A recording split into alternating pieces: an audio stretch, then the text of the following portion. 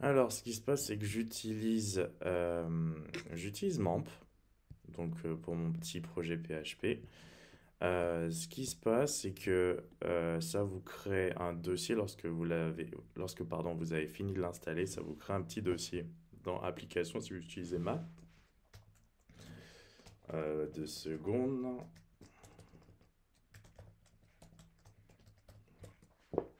Et le truc, c'est que votre projet, vous allez le mettre à l'intérieur de htdocs. Là, je l'ai appelé dev underscore website. C'est-à-dire que en réalité, vous avez cette page-là qui s'affiche lorsque vous lancez MAMP. En tout cas, lorsque vous l'activez ici. Là, si je fais stop, il va se désactiver. Ensuite, si je le lance, il va s'activer à nouveau. Il va m'afficher cette page. Et ensuite, vous allez à ma website. Ça vous donne effectivement les différents projets que vous avez dans ce fichier htdocs. Et vous cliquez sur votre projet. Donc là, je suis en train de revoir les bases, enfin, c'est-à-dire de voir avec vous les bases.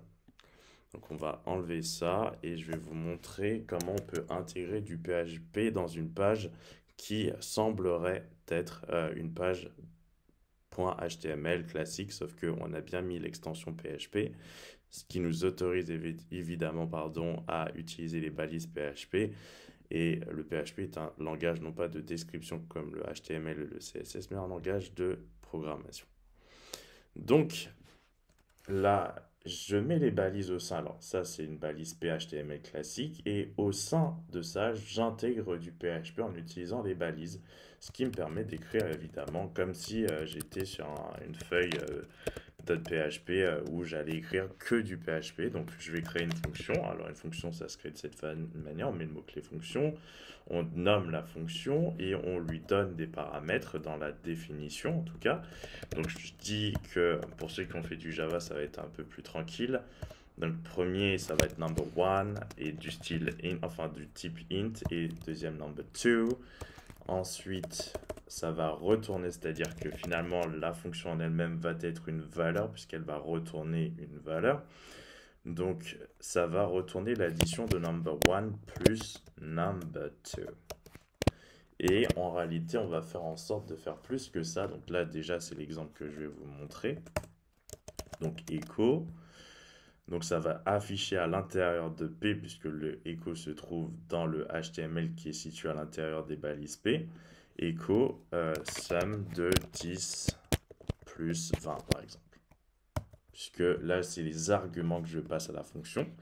Là, j'ai défini avec des paramètres et les paramètres deviennent finalement des arguments, donc des valeurs lorsque on appelle cette fonction. Et là, je l'appelle puisque j'ai pas utilisé le mot function qui est caractéristique d'une définition de fonction, mais directement le nom. Donc voilà, j'appelle et je veux effectivement que ça m'affiche la valeur. Donc hop. Alors, qu'est-ce que j'ai oublié? Il faut faire attention au point virgule. Très important. Hop. Donc, ça m'affiche bien 30. Donc, on va mettre ça comme ça. Ça m'a affiché 30. C'est cool. Donc, j'aurais pu mettre le type de retour. Donc, effectivement, c'est un type int. Ça n'allait rien changer. Ensuite, ce que je veux faire, c'est faire un peu de récursivité. Ça va être en tout cas le moyen de vous mettre dans l'ambiance des boucles. Donc ce qui va se passer, c'est qu'au lieu de return quelque chose, finalement, je vais enlever echo et je vais faire l'écho dedans. If, je vais poser une condition, donc if, si result, donc result, en réalité, ça va être l'addition des deux, n1 plus $n2, et si c'est inférieur, result est inférieur à 100, alors, donc j'ouvre les brackets et les instructions, ou plutôt, voilà, statements, ou qu'importe. Donc là, tu vas me faire quoi? Tu vas me echo result. Et ensuite, tu vas m'appeler la fonction avec result et 1. Donc ça veut dire qu'on va incrémenter d'une unité à chaque fois le résultat result, puisque finalement c'est l'addition de result. Donc en l'occurrence ça va faire 30 plus 1, machin, machin. On va essayer d'aller plus vite pour éviter que trop de choses soient écrites sur le... Donc qu'est-ce que j'ai oublié? Encore le point virgule. Attendez, j'ai oublié autre chose. Oui, un autre point virgule. Ça, c'est faire trop de JavaScript. Donc, ça fait 30, 40, 50, 60, 70, 80, 90. Donc, c'est très moche. On va essayer de mettre un peu de écho et je vais ajouter un espace. Et je vais mettre aussi un point virgule, hein, histoire de pas... Alors, hop. Bon, ça ne s'applique pas encore. C'est pas grave.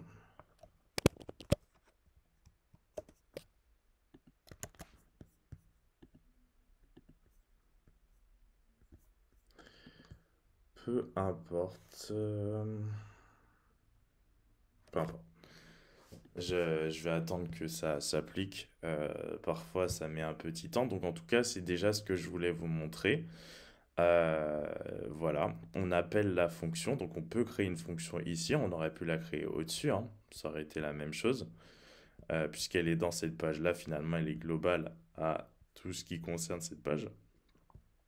Donc, le scope, la portée d'une variable, on va voir ça plus tard. Donc, voilà, c'est ce que je voulais vous montrer. 30, 40, 50, 60, 70, 80, 90. Et vu que lorsque c'est égal à 100, ça ne met rien.